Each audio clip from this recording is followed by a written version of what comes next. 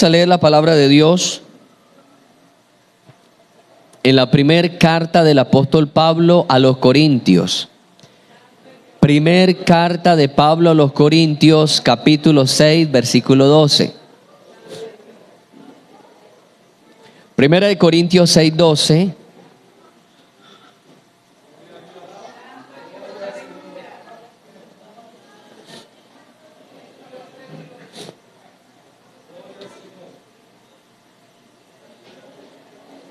¿Lo tenemos? Dice la palabra del Señor.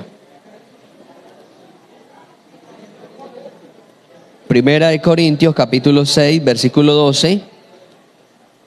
Todas las cosas me son lícitas, mas no todas convienen.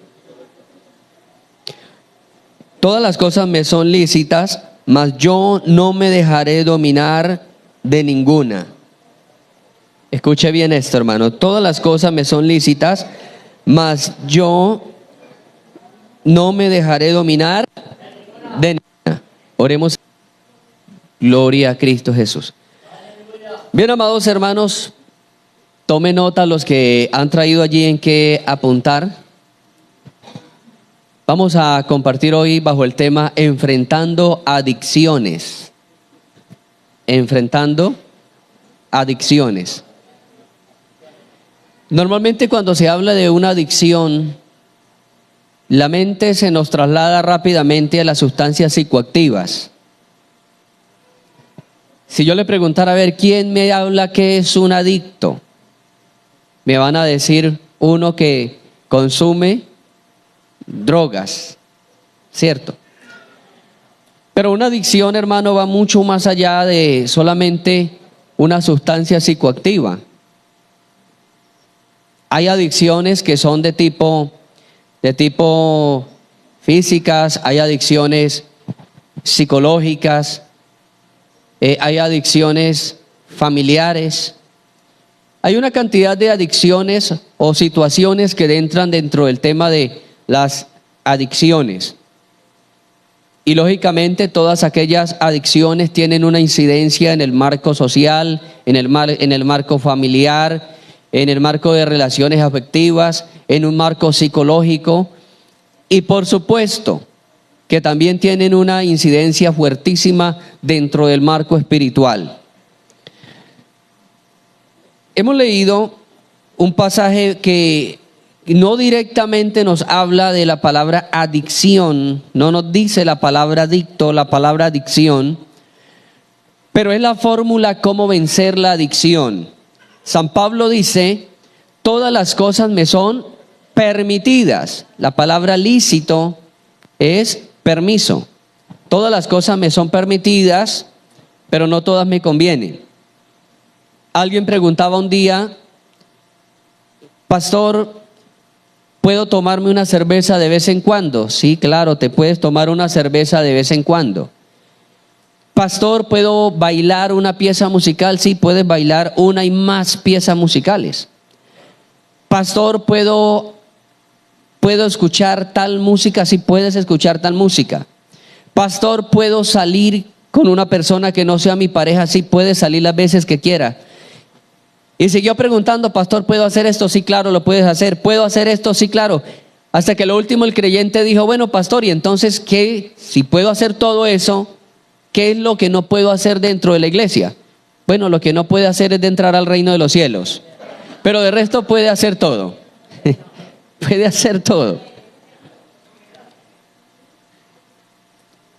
La Biblia es un libro de instrucciones, amado hermano, es un libro de instrucciones y de orientación espiritual, donde nos va a poner algunos parámetros y donde nos muestra algunas causas y efectos. La Biblia nos muestra las causas y nos muestra los efectos que esas causas van a tener sobre el ser humano.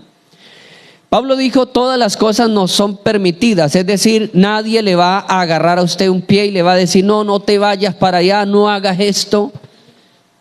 Ni Dios ni los ángeles te van a agarrar para que de pronto no haga lo que hizo alguien en una ocasión que estaba excusando su manera incorrecta de actuar Dijo, es que yo le puse una prueba a Dios y yo le dije, Señor, si usted no quiere que yo peque, si usted me tiene para la salvación, usted algo va a hacer de camino para que yo no llegue allá donde pienso llegar.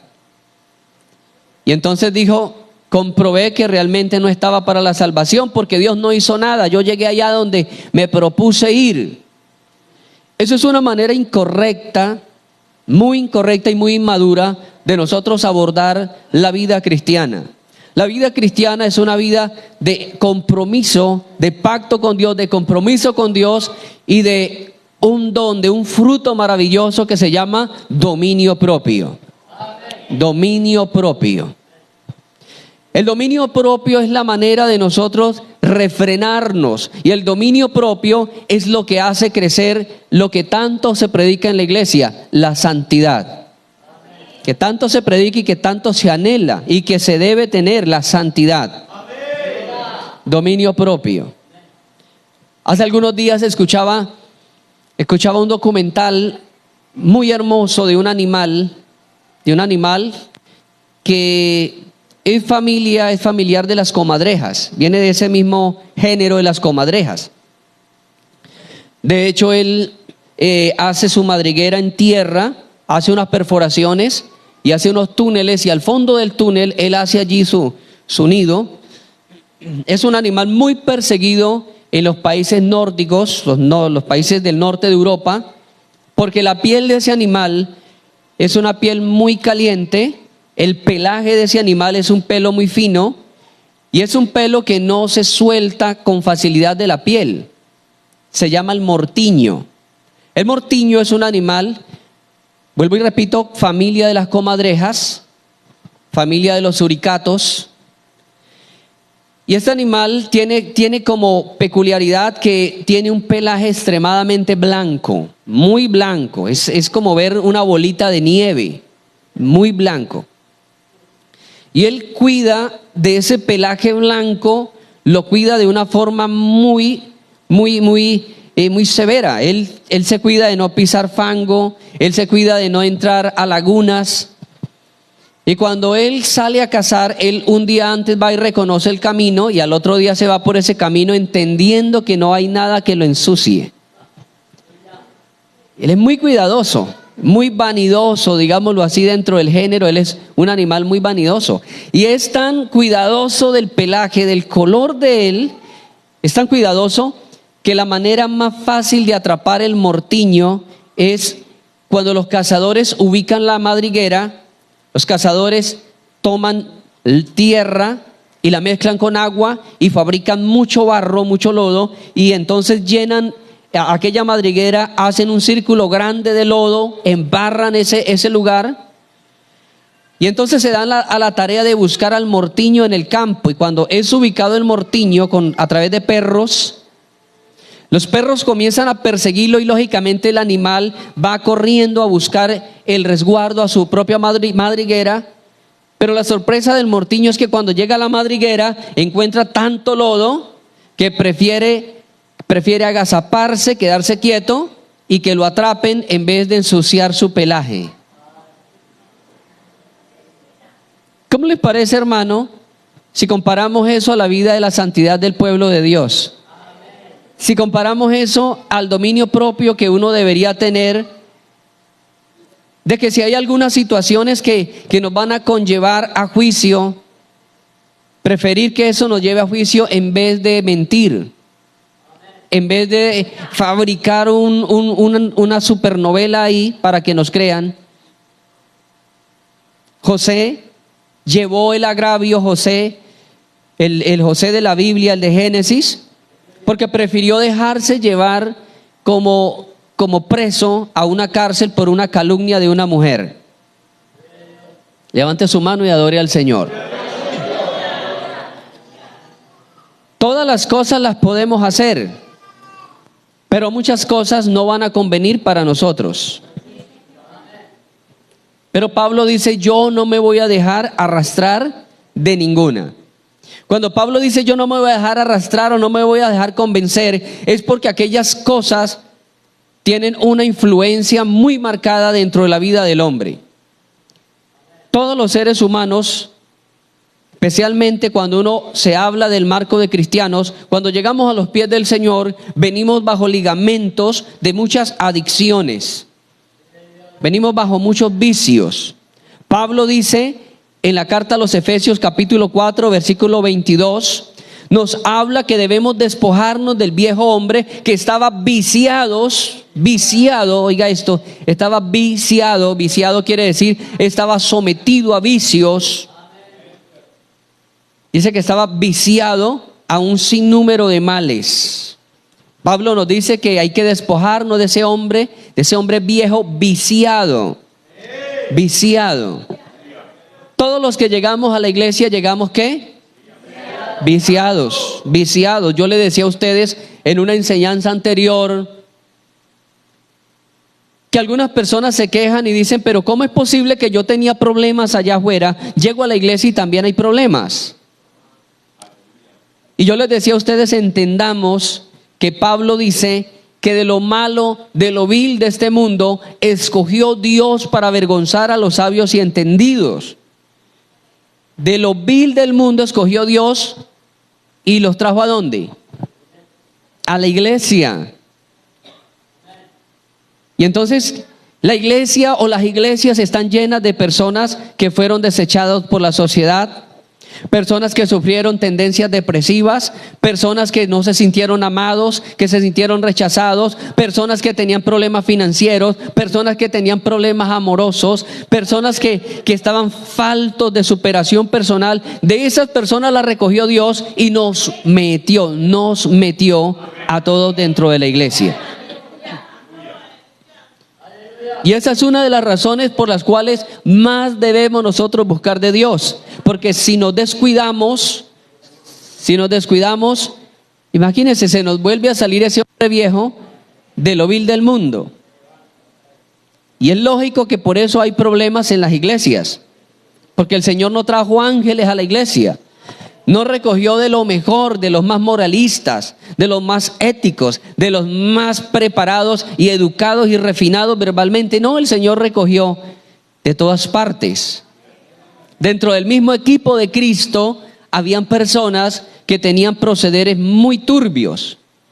Simón, el cananista, o sea, era miembro de un partido revolucionario que luchaba por la patria judía en tiempos de Cristo. Pocas palabras, hablándolo para que ser más descueto, había un guerrillero ahí dentro del grupo de Cristo. Simón el cananista. Los cananistas emboscaban las legiones romanas, mataban unos cuantos soldados y luego corrían. Buscaban la independencia judía del imperio romano. Y había uno allí que era jefe, se llamaba Simón. Había otro que se llamaba Leví, que el Señor le puso por nombre Mateo. Y Mateo, dice la Biblia que Mateo era cobrador de impuestos, era publicano. Todo lo contrario a los cananistas. El cananista luchaba en contra de Roma y el publicano le servía, trabajaba para Roma. Era otra joyita ahí. Porque los publicanos eran deshonestos. Cobraban un impuesto, pero ellos tenían un sobreprecio del impuesto que Roma le daba. Si Roma le decía cóbrele un denario, ellos cobraban 2, porque uno era para entregar al César y otro era para Santo Bolsillo. Habían otros personajes allí dentro del grupo de Cristo que se llamaban Juan y Jacobo. Y Juan y Jacobo eran muchachos que tenían un carácter tan explosivo que los conocía la gente como los hijos del trueno. Los hijos del trueno. Los dejaban quietos porque venían de una familia peleonera, de una familia pandillera. Había otro que se llamaba Judas y le apodaban el Iscariote. Y ya hemos hablado que la palabra Iscariote, el verbo Iscariote, se deriva de la palabra sicario. Judas el sicario. ¿Cómo les parece? Había un insurgente, había un cobrador de impuestos deshonesto, había un sicario, habían unos pandilleros que era Juan y Jacobo, había otro que Siempre la tendencia era, si yo no veo, no creo, que se llamaba Tomás. Y hermano, y así estaba compuesto el equipo de Cristo, de personas que estaban viciadas a algo. Estaban viciadas, tenían un vicio, tenían una adicción. Tener un vicio es una adicción. Ahora, la palabra adicto es un término latino. Adicto, acuérdense, hermanos, que el idioma natal de los romanos era el latín. Y la palabra adicto, esa palabra ya se pronunciaba desde antes de Cristo, ya se pronunciaba la palabra adicto. Porque la palabra adicto quiere decir sumiso o alguien que tiene un amo. Sumiso o alguien que tiene un amo. En la palabra griega, la palabra adicto es una palabra griega. Adicto quiere decir esclavo. Esclavo. José fue un adicto. ¿Por qué? Porque fue esclavo. Entonces, cuando se habla de una adicción, se está hablando de la esclavitud a algo. Las adicciones más comunes que nosotros concebimos son las adicciones que degeneran el cuerpo rápidamente, que modifican la estructura cerebral. Por eso nosotros no nos cuidamos de otras adicciones, nos cuidamos más las que son de ingesta de sustancias. Por ejemplo, las drogas, el alcohol y el tabaquismo son las tres ramas que se conocen como sustancias psicoactivas: las drogas, alcohol y tabaquismo, tabaco. Ya hoy día hay drogas que son también drogas cibernéticas. Sí, ya como ustedes saben, que hermanos, que hoy día la orientación del mundo, la orientación de la lingüística, la orientación de la comunicación, hoy día es una orientación cibernética. Todo cibernético. Hablar de que un evangélico llevara la Biblia en el celular hace unos 10 años era cuestión de censura. Yo en una ocasión reprendí a un joven hace más de como unos 10 años. Lo reprendí porque llevaba la Biblia ahí en el celular y no volvió más a la iglesia. Claro que usaba la Biblia en el celular, pero luego se quedaba ahí también dándole al chat. Entonces, en una ocasión me pareció fácil decirle: hermano, hágame el favor y ese celular déntreselo al bolsillo porque estoy predicando la palabra de Dios. Lo perdimos, nunca más volvió. Así que la orientación de comunicación del tiempo actual, esa orientación es una orientación cibernética. Hay drogas cibernéticas. Hay un proyecto que ya en algunos países está, son las gafas de realidad virtual. Hay unas gafas de realidad virtual que las conocemos nosotros, que es para juegos, pero hay unas gafas de realidad virtual que pronto el mundo las conocerá ya de forma pública y de una manera muy económica,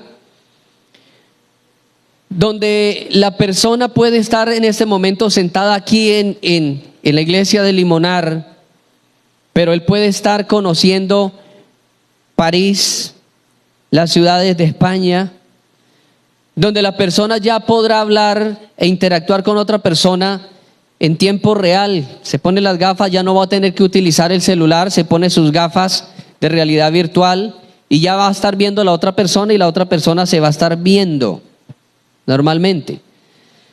Se cree que ese sistema de... Sí, hermano.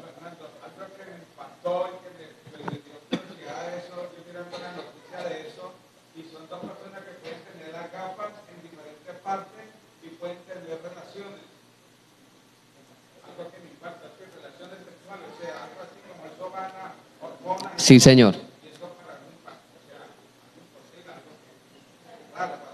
Sí, claro, todo eso viene dentro del paquete.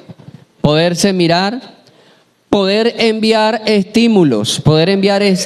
Realmente, corporalmente no pueden tener relaciones sexuales, pero esas imágenes van a enviar estímulos, y esos estímulos va a llevar a muchos problemas más, a muchos pecados más, como lo es la masturbación, que ya luego vamos a hablar acerca también de la adicción a la masturbación. Una de las adicciones que muchas veces las iglesias no la tocan, porque a veces no se tiene la información suficiente, o en ocasiones no se tiene la terminología adecuada para hablar acerca de lo que es la masturbación. Pero son pecados y son adicciones que hoy la vamos a tratar, amado hermano. ¿Cuántos alabamos el nombre del Señor? Gloria a Jesús. Uno de los errores que cometemos los seres humanos es mirar una adicción como algo recreativo. Cuando la persona mira la adicción de forma recreativa, o sea, yo hago eso porque es que me gusta, porque lo necesito, porque eso me relaja, porque eso me trae un tiempo bueno, un tiempo de relajación. Cuando la persona mira una adicción de forma recreativa, esa persona va a incrementar los niveles cada vez más, va a incrementar niveles porque el cuerpo segrega, el cerebro segrega una sustancia, hermano, que se llama dopamina. Y la dopamina es una sustancia que causa placer. Causa placer. Cuando una persona cae en una adicción y siente que poco a poco tiene que incrementarle un poquito más, y porque ese nivel de dopamina ya no funciona, y el mismo cuerpo le está pidiendo: dame más, dame más, dame más, dame más, dame más. Y sabe, hermano, que las personas, los creadores de las plataformas digitales, especialmente los de redes sociales, descubrieron el secreto para que las personas sigan más pegados allí a las pantallas digitales. ¿Cuál es el secreto? Cuando las redes sociales iniciaron, tenían un pin de parada, es decir, las personas subían o bajaban, la pantalla subían o bajaban y había un pin límite de parada. Tantos videos o tantas imágenes y ahí terminaba. Y entonces si la persona quería seguir mirando, la persona tenía que ir al buscador de la plataforma y decir: quiero ver un video de tal cosa, y otra vez le desplegaba, la misma plataforma le desplegaba videos relacionados a esos. Pasó un tiempo y el pin de parada de las plataformas se censuran, y ahora se pone un pin infinito. Por eso usted le da a Facebook y puede pasar todo el día echando para arriba a Facebook, y usted no le encuentra punta abajo. ¿Sí han descubierto eso? Ahora usted no le encuentra punta. Se hizo un pin eterno. Oiga esto, y como todo esto funciona con un sistema digital mecánico que se llama algoritmo, entonces el algoritmo identifica qué es lo que usted quiere ver.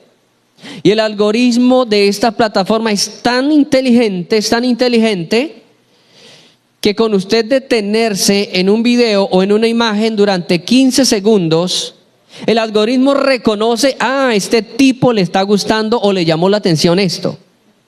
Y entonces le empieza el algoritmo a botar temas relacionados a eso, sobre eso. Una dama llega y encuentra unas zapatillas hermosas, o encuentra una cartera bien bonita, y de inmediato le da allí clic a la imagen porque quiere mirar las especificaciones de las zapatillas o de la cartera.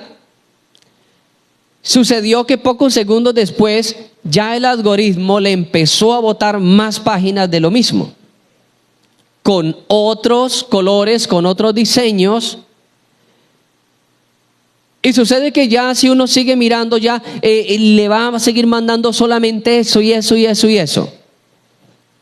Porque el algoritmo reconoce. Y cuando el algoritmo, cuando uno tiene el celular o tiene un computador, uno le da registrar una cuenta, y esa cuenta tiene el número de teléfono y tiene el correo y el idioma y la ciudad y el país donde uno vive.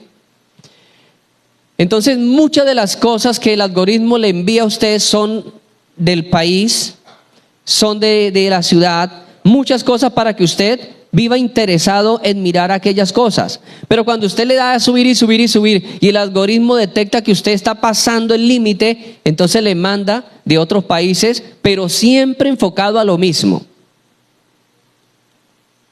De esa manera parece que Facebook y parece que las plataformas de redes sociales parece que fueran como adivinas. Y uno dice, wow, ¿por qué será que esto siempre me sale esto?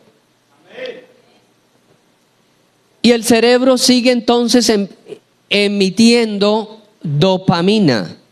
Dopamina, la dopamina es la hormona del placer.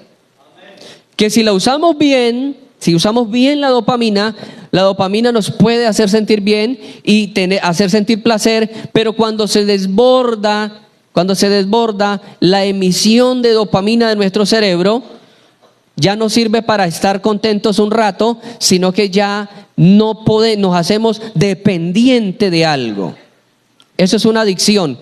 Cuando usted detecta que usted está siendo presa de una adicción, cuando usted pasa cuando no ha pasado más de una hora y usted ya quiere repetir lo mismo. Cuando no ha pasado más de una hora y usted ya quiere estar repitiendo lo mismo. Una adicción. ¿Sabe, amado hermano, que en Estados Unidos hicieron una encuesta para dictaminar el apego de las personas al celular? Para dictaminar qué tan pegadas están las personas al celular, y el 56% de los encuestados admitieron no poder vivir un día sin el celular. No poder vivir un día sin celular. Tremendo. Tremendo se constituye, hermano, en una de las dopaminas del siglo XXI, donde la persona se despierta y lo primero que hace es el celular.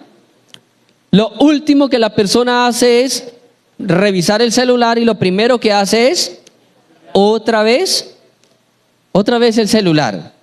Ha llegado a ser tan adictivo que la persona, cuando el celular sufre un golpe, la persona dice, ¿por qué no me lo pegué yo en vez del celular? Sí. ¿Por qué no me lo pegué yo en vez del celular? Hubiese preferido que yo me hubiera ido de cara y no el celular así como se fue. Pasa en mucho, no es regla general. No es regla general, hermano, pero hay un alto porcentaje de más de la mayoría de la humanidad tiene una alta adicción al celular. Una muy alta adicción. Una persona se va a caer y o se cae en la moto y lo primero que hace es mirar qué le pasó al celular. No se está mirando las rodillas, los codos. Sí. Yo vi un accidente en el Rompoy, que está cerca del Unicentro, hace algunos días, a la hora del almuerzo, que es una hora muy saturada. Delante mío iba un joven en una moto y de pronto uno de los taxis no hizo el pare adecuado, le pegó a la parte trasera de la moto y el joven cayó. Y lo primero que el joven hizo fue sacar el celular ahí en el piso y mirarlo. Se bajó el señor del taxi le hizo unos reclamos. Y el muchacho no dijo, usted tuvo la culpa ni nada, sino cómo vamos a arreglar lo de mi celular. Increíble, ¿cómo vamos a arreglar lo de mi celular? ¿Cómo vamos a arreglar lo de mi celular? O sea, no se acordó de la salud, no se miró el pantalón, no se miró los brazos, no miró la moto. El celular. Sí, algunos se van a caer y lo primero que hacen es por el aire, hermano, no sé cómo lo hacen, sí, como si fuera en cámara lenta. Caen de lado, pero el celular lo salvan, lo protegen.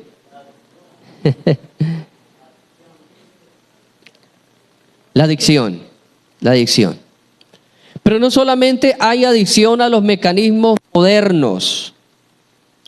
Hay personas que están adictas a la música, personas que están adictas al alto volumen, al ruido. Hay personas que tienen una adicción al ruido, que es un trastorno mental. Cuando de pronto usted dice, uy, mi vecino es que es extremadamente aburridor. Mi vecino es que ¿cómo es posible que ponga música para todo el barrio y no ponga música para ellos?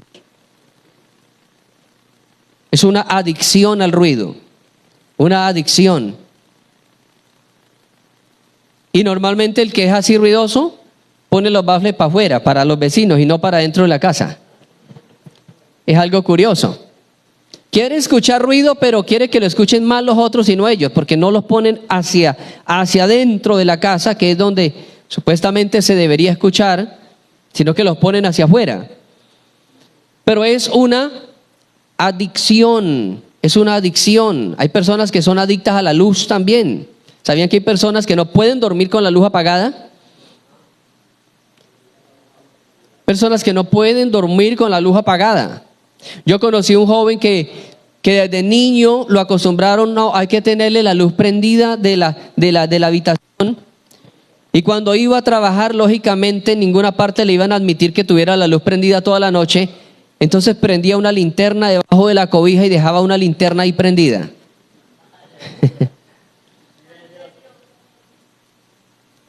Dejaba una linterna prendida y él se quedaba dormido hasta cuando él trataba de dormirse mientras tuviera la linterna prendida, hasta que cuando la linterna ya gastaba la carga.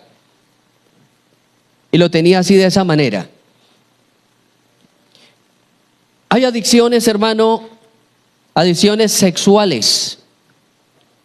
Y yo les decía a ustedes que quería hablar un poco de las adicciones sexuales también, porque algunos llevan esas cadenas y son cadenas que la persona piensa que es muy vergonzoso yo hablar con alguien que me oriente sobre mis cadenas sexuales. Pero es necesario que nosotros exterioricemos esos problemas, porque la única manera de nosotros hallar ayuda es cuando exteriorizamos aquellas situaciones. El proverbio dice, el que confiesa sus pecados y se aparta, alcanza misericordia. Y algunos, por falta de exteriorizar aquellos problemas, lo que hacen es estar pecando contra Dios, dañándose y arruinándose su propia conciencia, matando su propia esperanza, porque las adicciones matan las esperanzas del ser humano. La adicción le crea al hombre un cargo de conciencia y le dice, estás acabado, estás arruinado, no tienes salida, no tienes perdón. La adicción mata la esperanza del ser humano. Ahora, hay una adicción que anteriormente se pensaba que era solamente para los jóvenes que entraban a la pubertad. Pero cuando uno mira el capítulo 8 de Juan, recuerda que el capítulo 8 de Juan se está ejecutando un juicio desequilibrado. Se está ejecutando un juicio sexual que no era la forma correcta, la forma como lo mandaba la ley de Moisés. Me refiero a la mujer adúltera del Evangelio según San Juan. En todos los tiempos, hermano, en todos los tiempos ha habido una inclinación fuerte del hombre hacia lo que conocemos como el machismo. Todos los tiempos. Y la cultura de la Biblia era una cultura extremadamente machista, con muchas restricciones para las mujeres, pero muchos privilegios para los hombres. Y todavía es así. La semana anterior estábamos en una finca contando chistes entre hermanos, entre creyentes. Y contábamos chistes de una cosa y otra, hasta que yo le dije, venga, ¿por qué será que la mayoría de chistes que tengan que ver con un tópico o una inclinación sexual o de infidelidad, la mayoría de chistes tienen que ver son las mujeres, las más implicadas las mujeres y no los hombres? Entonces tiene que ver por el tipo de cultura, hermano, cómo se maneja el tema de la sexualidad. En el capítulo 8 de Juan Dice la Biblia que llevaban a una mujer sorprendida en el acto de adulterio y que la sociedad, el tumulto de gente que la llevaba, la quería apedrear, pero la ley de Moisés decía, era a ambos. ¿Por qué llevaban solamente a la mujer? Si dice la Biblia que la sorprendieron en el acto mismo, se deduce que debían de ser muertos los dos, pero la llevaban solamente a ella. Pero oiga esto, hermano, ¿a dónde quiero llegar yo con el tema de la adúltera? Quiero llegar a la frase final que dice la Biblia que Jesús los reta y les dice, bueno, el que esté libre de pecado lance la primer piedra. Y dice la Biblia que movidos por su conciencia se fueron yendo, se fueron saliendo. Dice que desde los más pequeños, desde los más viejos hasta los más jóvenes, hasta los más pequeños. Es decir, hermano, que todos se sintieron reprobados. Ninguno aprobó, todos se reprobaron, todos se rajaron en el examen, desde el más viejo hasta el más niño. Es decir, que las tendencias de caída sexual no tienen un límite de edad. No tiene límite de edad. Pablo dice algo y Pablo dice, huye de las pasiones juveniles que atacan y que combaten el alma. Oiga esto, dice que son las pasiones juveniles, no dice que las pasiones de los jóvenes, sino las pasiones juveniles. El que se envejece es el hombre, pero las pasiones no. No sé si me hago entender aquí, hermano. El que se envejece es el hombre, no las pasiones que hay dentro de él. Por eso vemos que se presentan muchos casos de violaciones en niños por parte de los abuelitos. ¿Y el abuelito quién es? Un anciano de más de 70 años, 80, 85 años, que manoseó y que violó a su nieta o al nieto. Porque las pasiones dentro de él no se envejecieron. Él se envejeció, perdió motricidad, perdió fuerza, perdió muchas capacidades, pero las pasiones dentro de él estaban juveniles, estaban allí.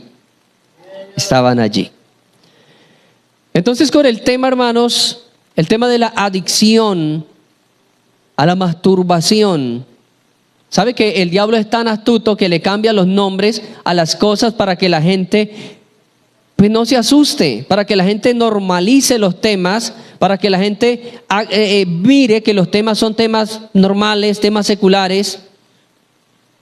Pero hoy día cuando su niña o cuando su niño le diga papi o mami o abuelita o tía, mire que me enseñaron en la escuela el tema de la autoexploración.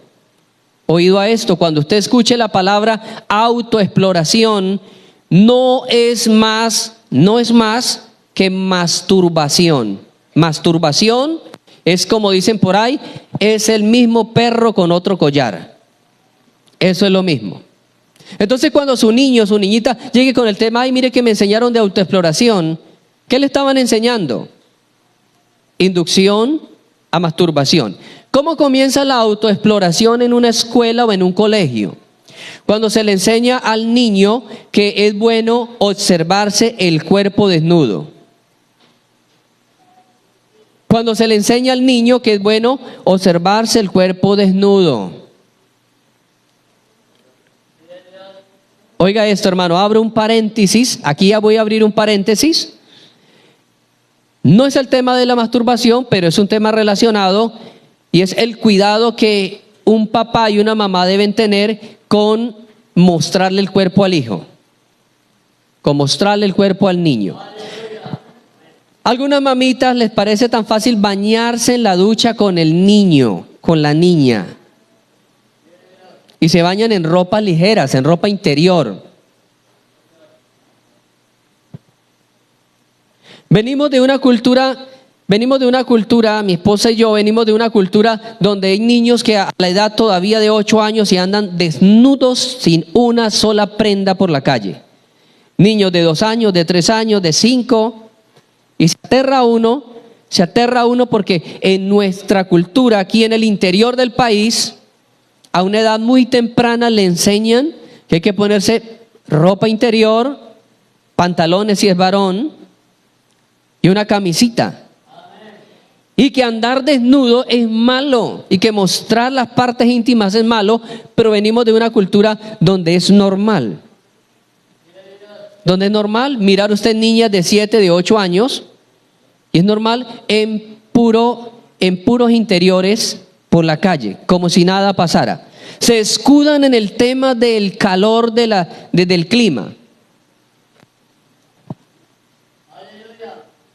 Entonces, hermanos, cierro el paréntesis para decirle por favor a los padres de familia, no muestren el cuerpo a sus niños. No, pero es que es un bebé de 2 años. ¿Sabe, hermano, que el cerebro humano recesiona sonidos e imágenes desde el 0 año? O sea, desde un bebé empieza a recesionar imágenes. Y en su momento, algunas de las imágenes se van a revelar. Entonces, muy importante eso. Retomo otra vez el tema, y cuando ustedes lleguen al colegio o llegue el niño al colegio y le hable de autoexploración, la autoexploración comienza desde cuando se le enseña al niño que es bueno que se miren en el espejo, que contemplen su cuerpo, pero que no solamente se miren el cuerpo, sino que pueden palpar y tocar cosas del cuerpo, que pueden tocar y palpar cosas del cuerpo. Esto va a despertar en aquel niño una lujuria dentro del niño, y ya él no va a querer solamente mirar el cuerpo de él, va a querer mirar el cuerpo de otro, y va a acostumbrarse a tocar y apretar sus partes íntimas. Ahora usted me preguntará, pastor, ¿y en la Biblia habla de eso? Sí, la Biblia habla de eso, nada más que habla de una forma en un eufemismo muy oculto, pero la Biblia nos habla acerca de esto. ¿Dónde lo habla? Mira ya Levítico 15. Levítico 15.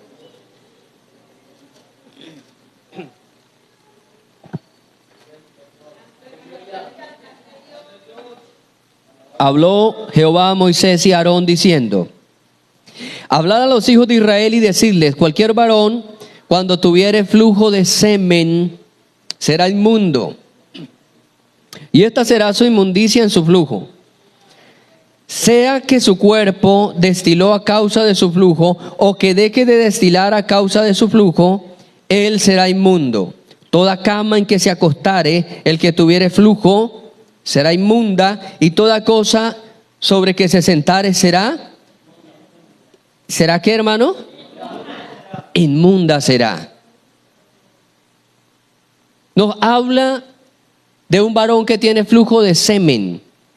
Esto es masturbación dicha de una forma categórica, de una forma oculta. ¿Qué dice? Si usted sigue leyendo la lectura, nos dice que no están aceptos para entrar en el templo, es decir, no califican para una comunión con Dios. Oiga esto, hermano, la masturbación es un tipo de fornicación. Pablo dice que el que peca contra su propio cuerpo, fornica. La masturbación es un tipo de fornicación, es un pecado contra su propio cuerpo.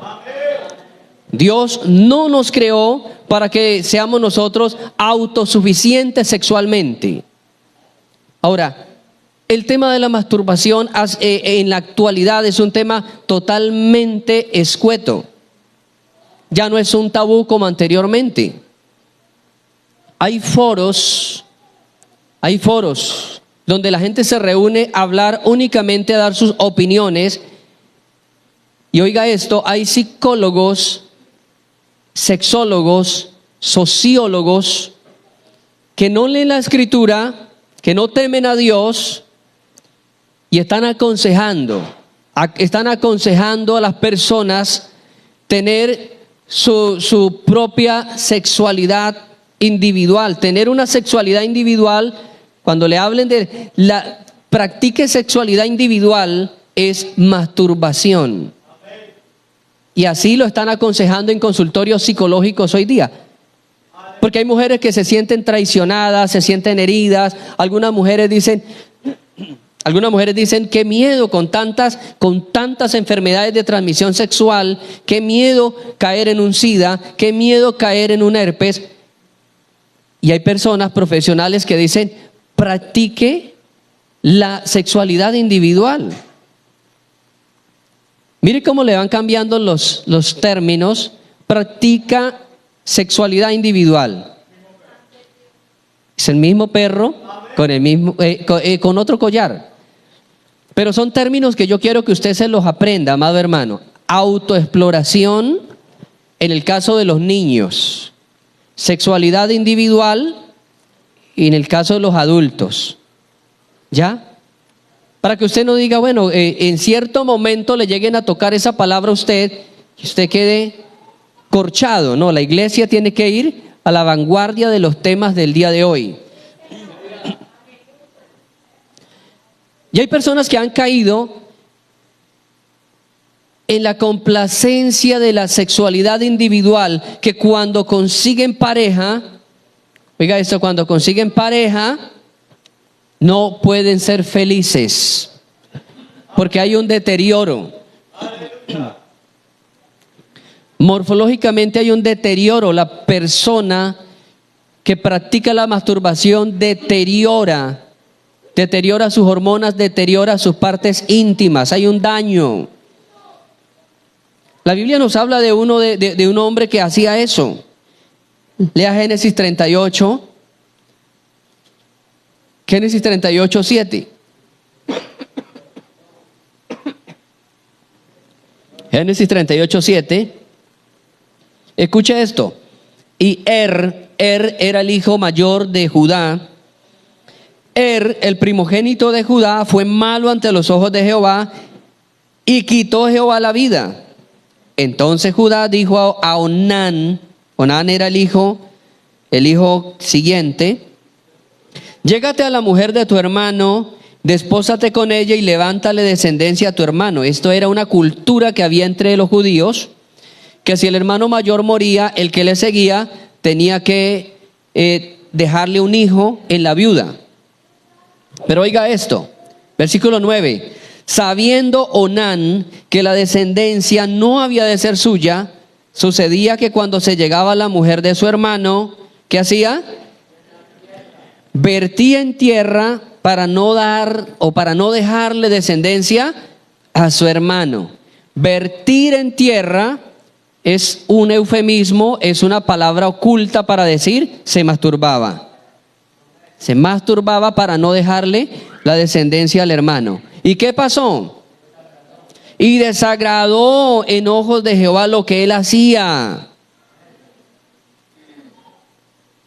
Las personas, especialmente los que están dentro del ámbito del cristianismo, que caen en la adicción de la masturbación, viven en un desagrado delante de los ojos de Dios. Pero no solamente eso, sino que mantienen también un cargo de conciencia enorme. Rompe, infringe los parámetros de la Biblia porque es un sexo contra natura. Es un sexo en contra de la naturaleza que Dios ha creado. Dios no creó el sexo para que nosotros seamos autocomplacientes. Miremos en San Marcos capítulo 9.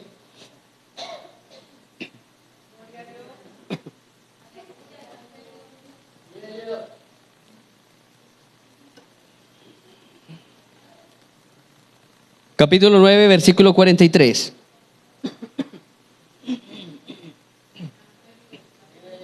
Dice: si tu mano te fuere ocasión de caer, ¿qué hay que hacer? Córtala. Mejor te es entrar en la vida manco que teniendo las dos manos, ¿ir a dónde? Si tu mano te es ocasión de caer, córtala. Otro de los evangelios Los hermanos que tengan Biblia con referencia cruzada. Referencia cruzada son las citas que dan más abajo. Esta es una Biblia de estudio, no la tiene.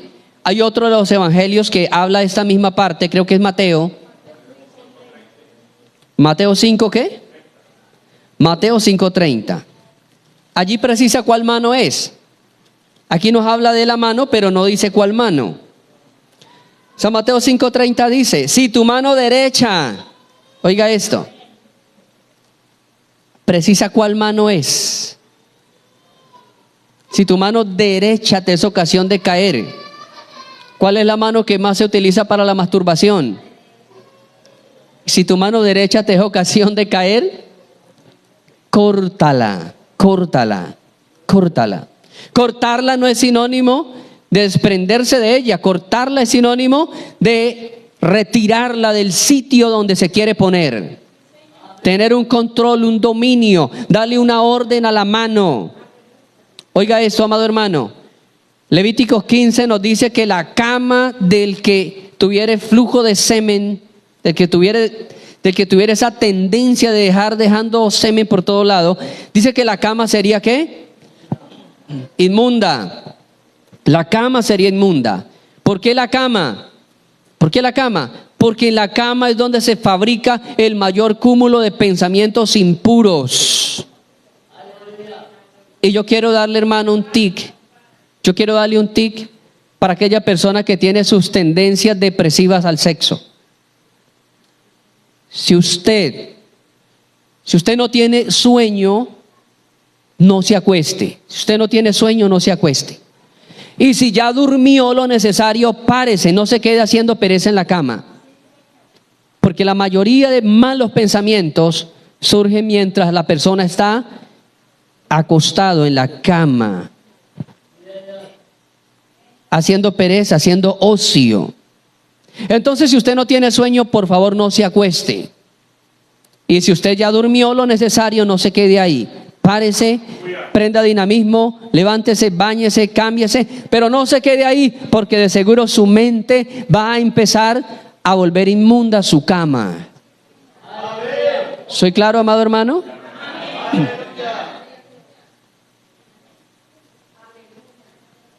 Dios castiga, hermano, Dios castiga ese pecado de la masturbación. Dios castiga. Personas que en oculto practican eso en la noche en los baños. Y luego levantan sus manos, luego cantan, luego toman la Biblia, luego saludan al hermano.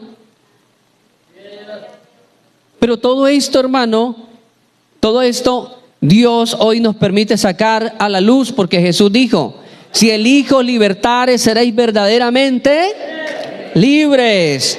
A su nombre. ¿Cuántos alabamos el nombre del Señor? Y a su nombre. A su nombre.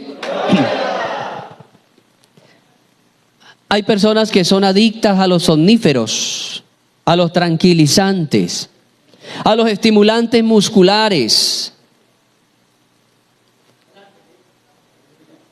Es un doping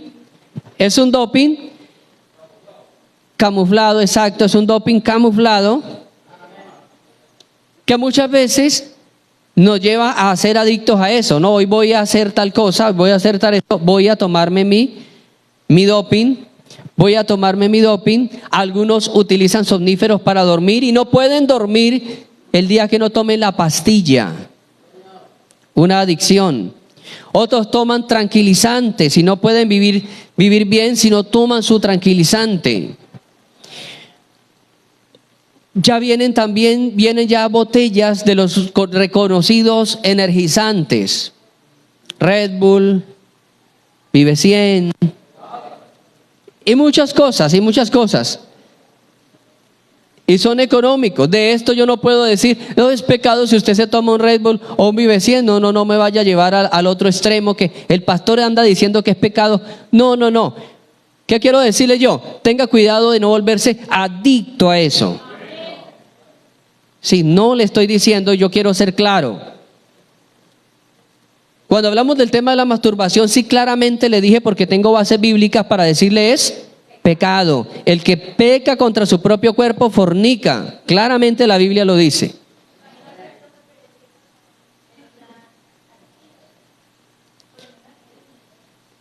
No solamente eso, las gaseosas seculares traen adictivos.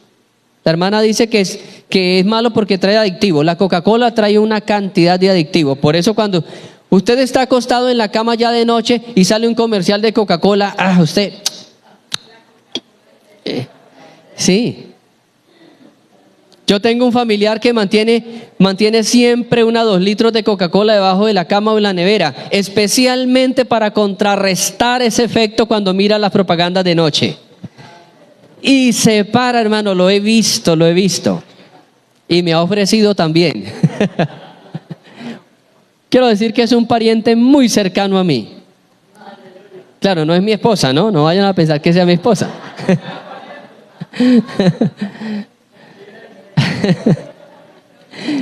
De suerte mi esposa no toma ninguna gaseosa.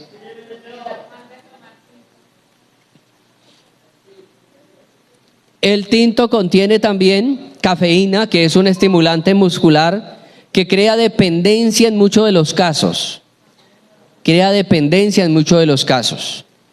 De hecho, la gran parte de esos estimulantes musculares traen una dosis, una enzima de cafeína. En sí, hermano, este cuerpo es tan caprichoso que vamos formando adicciones de muchas cosas. Por eso la Biblia dice que la carne es débil. La carne es débil. La que se vuelve viciosa es la carne. Oiga esto, hermano. Oiga este término que yo le voy a decir. Y apúntelo si quiere.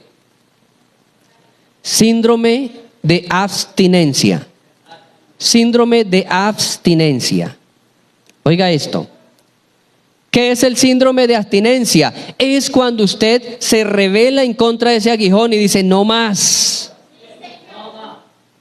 Pero oiga, ¿qué hace el síndrome de abstinencia? Lo enferma.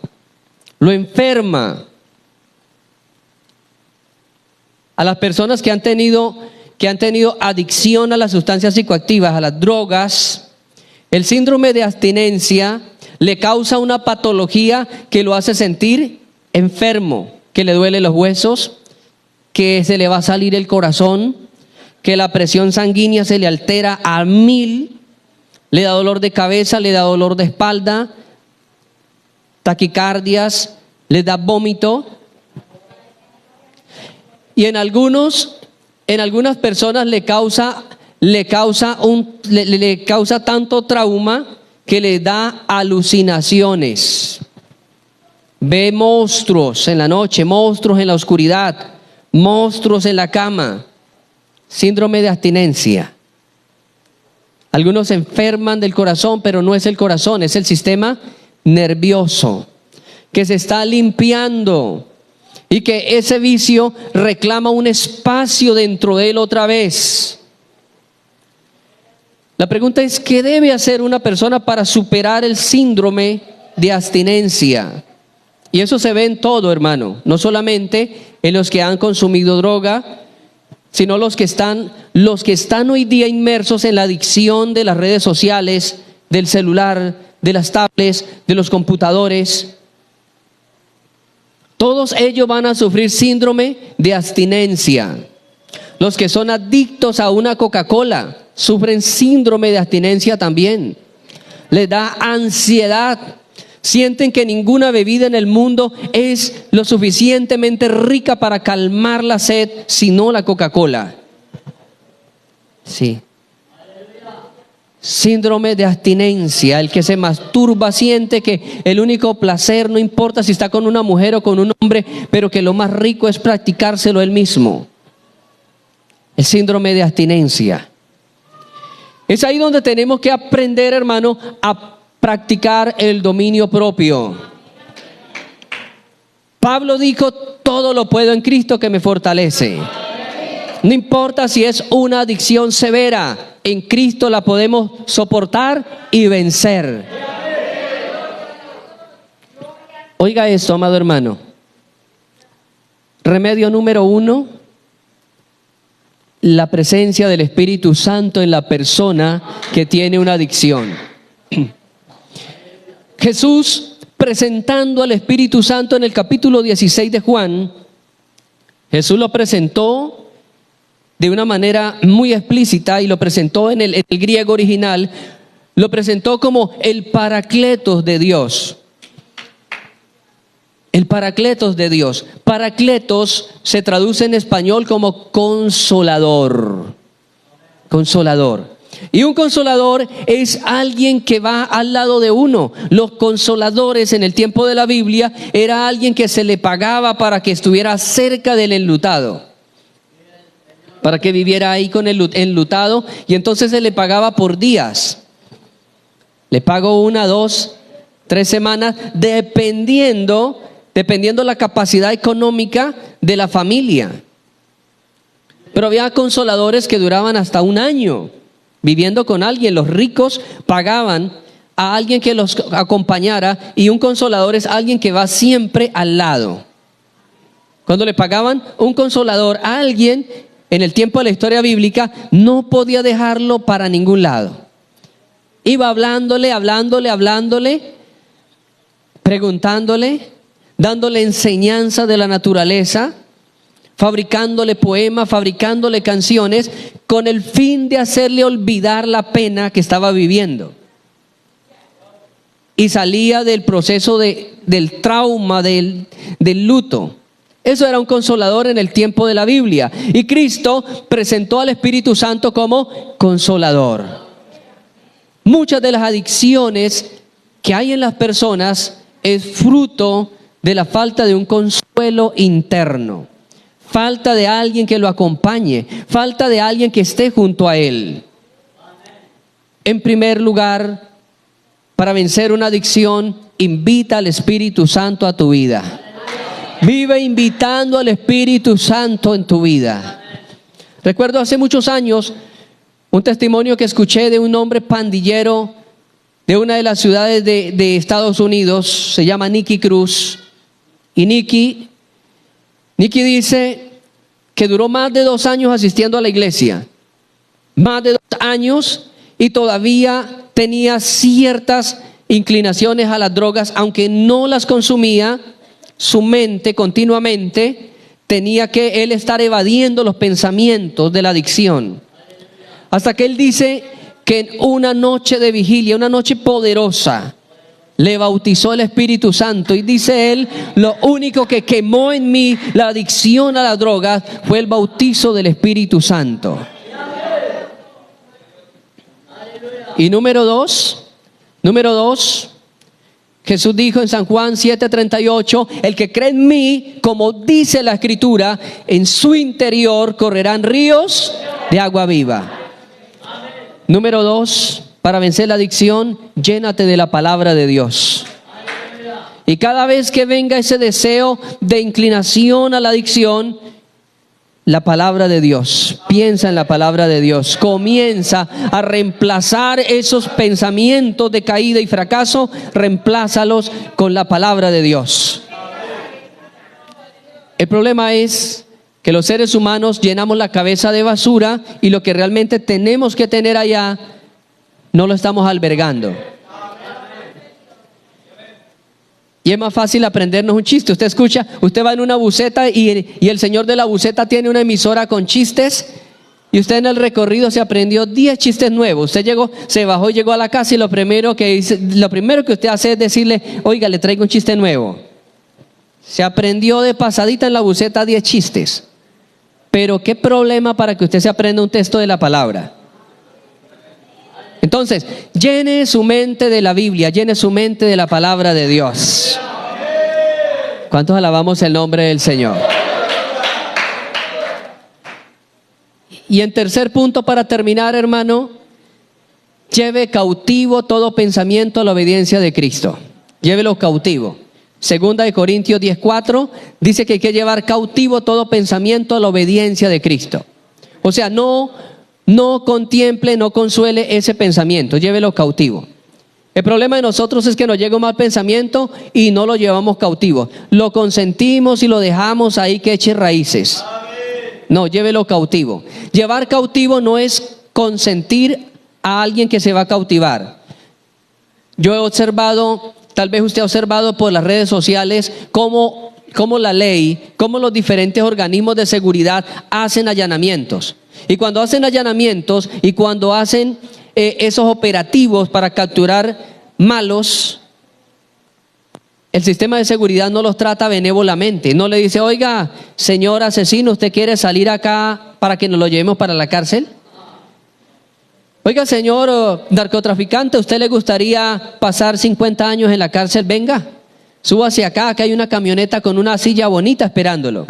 No, el organismo de seguridad sencillamente tiende un anillo, varios anillos para impedir que se escape, y una vez se tiene el objetivo, saltan con furia, le tiran al piso, le ponen la rodilla en el cuello, le ponen unas argollas en las manos, lo toman por el cuello, lo paran. Las personas que ponen a hacer eso no son los más flacos del grupo, son a los más fornidos, los más acuerpados, que puedan someter al individuo. Y lo toman del cuello, lo paran a la fuerza, lo llevan fuertemente custodiado, uno grande que lo lleva atrás, otro al lado y otro al otro lado, y lo llevan y lo lanzan allá al carro, al camión, a la camioneta, donde lo van a transportar. Eso es llevar cautivo. Sus pensamientos llévelos cautivos, no los trate benévolamente. Si hay un pensamiento que lo quiera hacer retroceder y someterlo a algo que es indebido, usted diga, sangre de Cristo, reprendo ese pensamiento. Ese pensamiento no es de Dios, ni voy a caer ahí otra vez. Somételo y llévelo cautivo en el nombre de Cristo Jesús. ¿Cuántos quieren llevar cautivo esos pensamientos? Las armas de nuestra milicia no son carnales, sino poderosas en Dios para la destrucción de fortalezas, derribando argumentos y toda altivez que se levanta en contra del conocimiento de Cristo. Amado hermano, en Dios somos poderosos, en Dios somos victoriosos y vamos a vencer en el nombre del Señor. Dígnese a estar sobre sus pies.